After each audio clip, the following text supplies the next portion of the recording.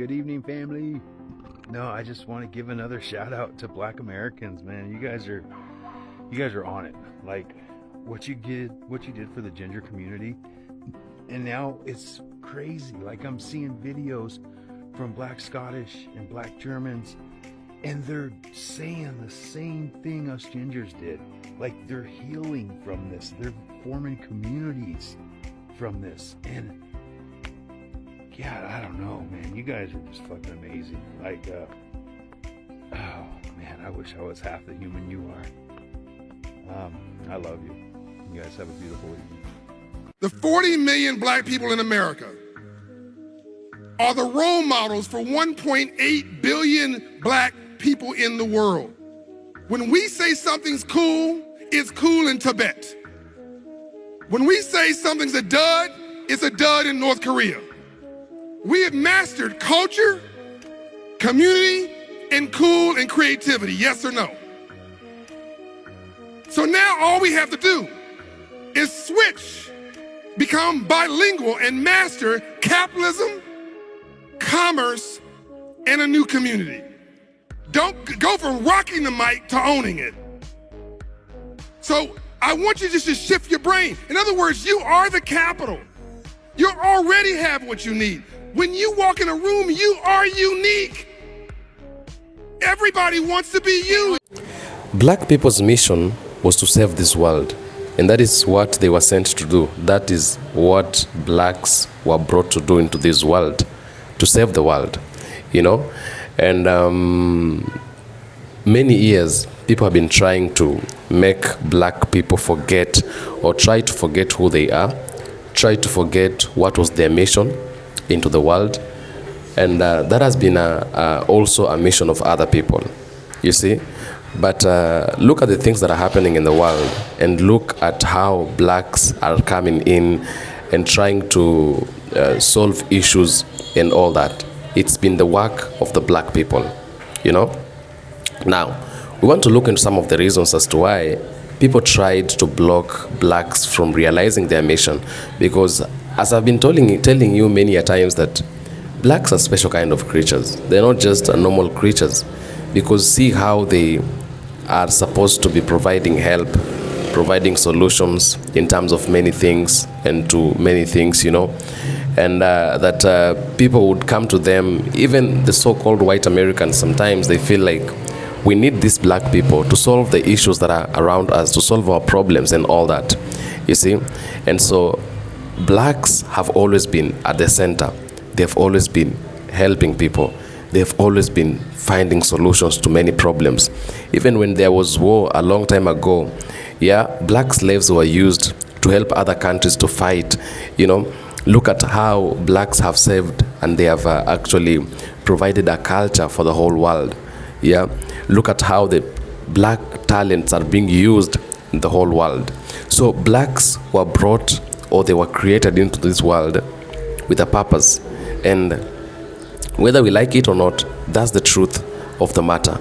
Though sometimes they tried to block them from realizing their mission and trying to make them forget their mission, but at the end of the day, blacks couldn't, and they did not forget their mission. And right now, they are doing things in a good way. Take a look at these videos. The mission is what? Always more black self-respect, more black self-determination, more black joy, and you can't have either of those without more black love.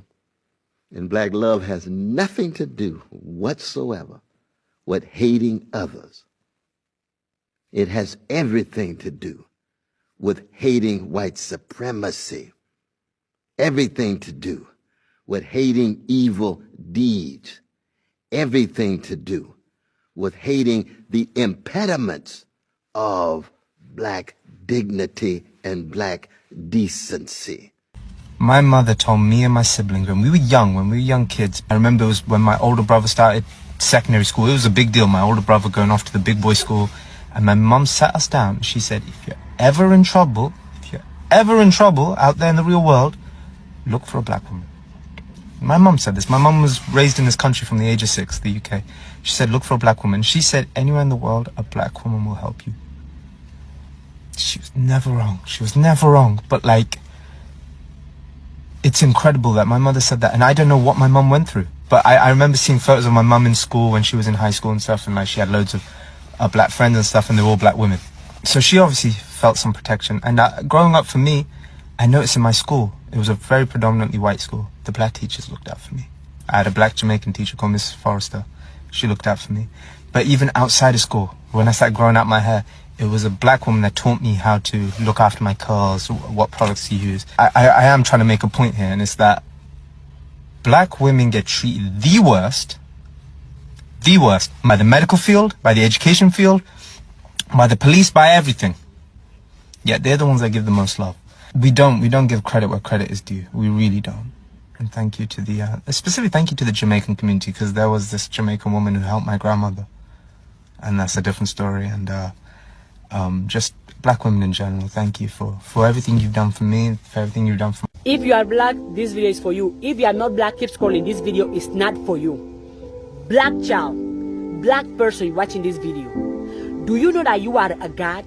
Do you know I'm a goddess? Because when somebody gonna, why do you call your brothers and sisters, oh, what's up, Doug? What's up, Nick? No, those adjectives, those are not our names. Every black person is a god. Every black female is a goddess.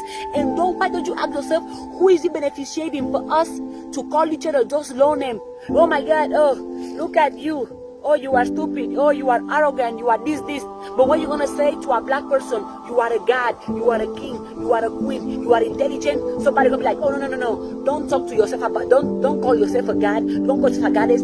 Fuck that. I am a goddess and you are a god.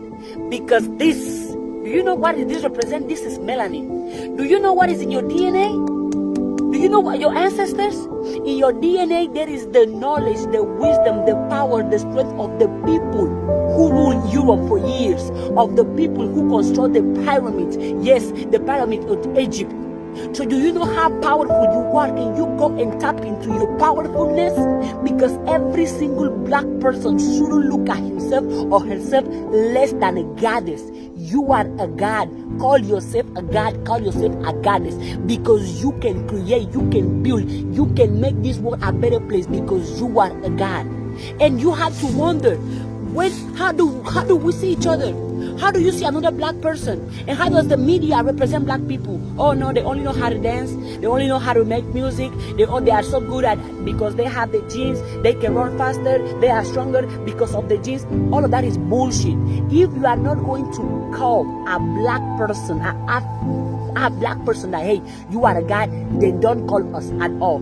Because I'm tired of black person walking around feeling inferior, thinking that somebody else is better than them, thinking that they can make nothing great, thinking that something is wrong with their hair, thinking that something is wrong with their skin color. Let's call off all that because it's crap. Nothing is wrong with our skin color. Nothing is wrong with our hair. Our hair is powerful because our hair grows towards the sun.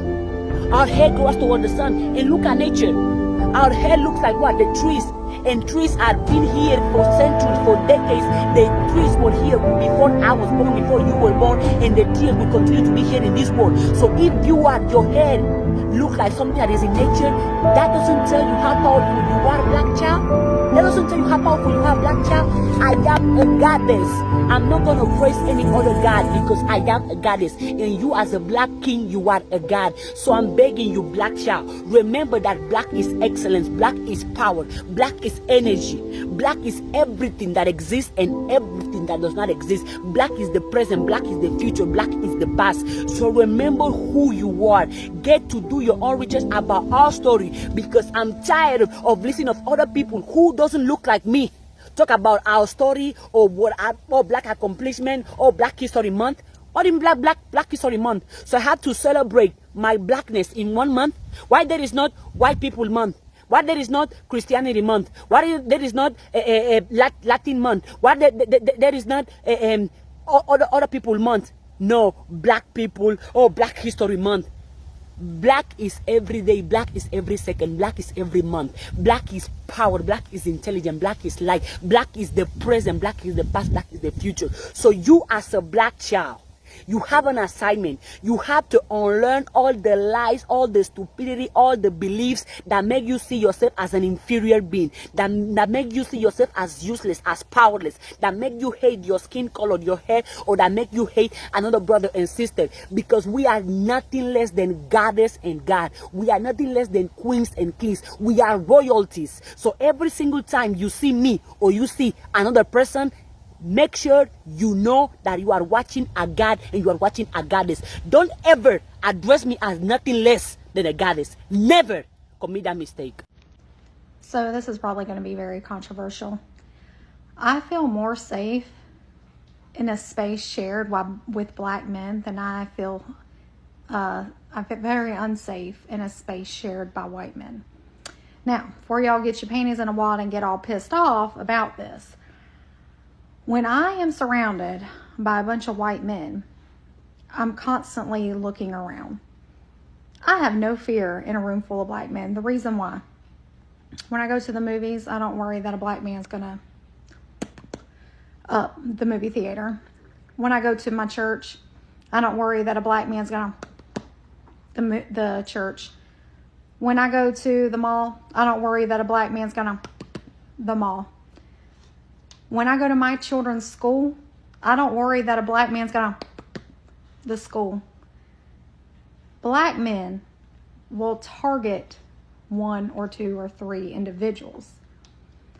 White men will go schools, movie theaters, churches, your grocery store. So before you say that you're worried about being surrounded by black men, you better think about that. If you can think of a people who were more held back, more deprived, more sabotaged than African Americans, you took everything away from them and took them away from everything. They started in your country at less than 0, literally regarded and treated as subhuman, not allowed to learn to read or write or anything for hundreds of years. But you see, they come from a people of accomplishment to one degree or another. Not a people of piracy and theft and appropriation. They come from a people who created and built and developed in their own land. And even though you did everything that you could possibly do to suppress them, to hold them down, to hold them back, and you're still doing that until today, nevertheless, I don't think anyone can dispute the fact that African Americans have become a global cultural superpower. Culturally, they're a superpower. Whatever cultural soft power that America has in the global South, it's African American. Every time you need help, the only person to come to your aid is typically another black woman. Let's talk about it. I love this topic because when I actually think about my own personal life, I do have to admit, a lot of times that I've needed help or assistance, it was always truly another black woman coming to save me. Now, there were times where I did have a boyfriend, and at the time, he might have helped me with some things, but there were also some things that were out of his means or control. But another black woman has come to save me. So I can give a few examples. My dog is shaking around. But anyways, I can give a few examples. Firstly, there was a time where I was living by myself and I moved into an apartment, and the apartment was not clean at all. And I wanted to break the lease. I was having a hard time breaking the lease, and they were not budging. And guess who I called? My friend, who is a black lawyer. And she did not charge me money to get me out of that bad situation. Black woman coming to help you. In regards to that specific situation, I winded up moving out. Once I finally was able to move out, I winded up moving out. And then I tried to, at the time, go home and stay with family, but it was not feasible at the moment. And so I called my big cousin, who is another black woman, and she allowed me to stay and live with her for a few months until I can figure out my plan and figure out what it was that I needed to do to get to a better situation. And those are very small, not to discredit what they did for me, but those are very small, minute things compared to some of the other things that people have to endure, right? Like when I look at women who have babies who have children and the fathers just decide that they don't want to be involved. The baby's dad's family decides they're not going to be involved either, right? Real trifling stuff, right? Like, it's other black women that come to your aid. It's usually the sister. The baby's daddy's sister might still help out, right? Or it's your sister or your cousin, right? Or your best friend or your mother or your grandmother or your great grandmother. Like, and it just amazes me how a lot of men will sit up. They will sit up and try to drag you through the mud with them. They won't have a pot to piss in, but they will try to drag you through the mud with them. And when they finally get you in the mud with them and you struggling with them, they can't even help you get out your struggle. The only person that can help you get out your struggle is another black woman, which is so crazy. And I'm not discrediting all the present fathers, right? Because I have a father. I lived with my dad for a little time before I bought my condo. Once our relationship was in a good space, but there were several years where I struggled because our relationship wasn't good, and the help that I got was from other black women. Anyways, I'm not really saying, I don't really have a point to prove. I'm just simply saying that every time you need help, here comes a black woman. And I want y'all to let me know in the comments, the last time that you needed help, who was it that really helped you? Now, obviously, I'm a Christian. If you don't know, you know I'm a Christian. Believe in God. I always ask God for help. And he always sends in the flesh a woman. It's typically not a man. I do have a boyfriend and he's great. He helps with what he can. But a lot of times, the people that come to the aid are typically women. So let me know in the comments, what do y'all think? Do y'all agree with me? Do you think that it's just situational? Let me know. Now, a lot of people have always tried to make black people look irrelevant, that they are not people who can say anything, or maybe they are not necessary people. It is not a must we have black people around, and it's because blacks have been looked a certain way. They have been looked at a certain way, and that has really made it difficult for it has really made it difficult for blacks to actually realize who they really are. It was people are also in a mission to make sure that blacks will not realize their mandate. They will not realize their their work, their responsibility. And it's because they felt like if blacks can be able to understand who they really are or what they're supposed to be doing, it will be very, very, very difficult for us to be relevant. They will shadow, like they will put us in shadows. We won't be recognized. It's always been about recognition. It has always been about, I want to be seen as the savior. I want to be seen as a relevant person. It has always been about who is to be considered great, who is to be considered bigger, who is to be considered, the significant person. And therefore, many people try to fight to make sure that black people cannot be considered relevant people. They can't be considered as significant people. Why? Because they wanted to be seen they are the ones who are superior and all that. But black people realizing their mission and continue working as per what they were sent to do, or continue working out their purposes every day and every single time, it has made them relevant. It has kept them powerful. It has kept them stronger. And I think many missions have really been turned down. Those missions or those plans to actually make black people don't realize themselves, don't realize who they are, forget their work and all that. Look at everything that is happening in the world, and then look at where black people have been kept right now, and then whenever problems are, look at how or where black people come in. You're going to realize that blacks are really, really relevant people into this world. Blacks are very, very important people in this world. They're this kind of people that, they would always try to come in with solutions in terms of problems and all that. Even when a country is burning, blacks will be looked at. Blacks are providing for the whole world. Blacks are providing everything, not resources, not minerals, not money, not finances.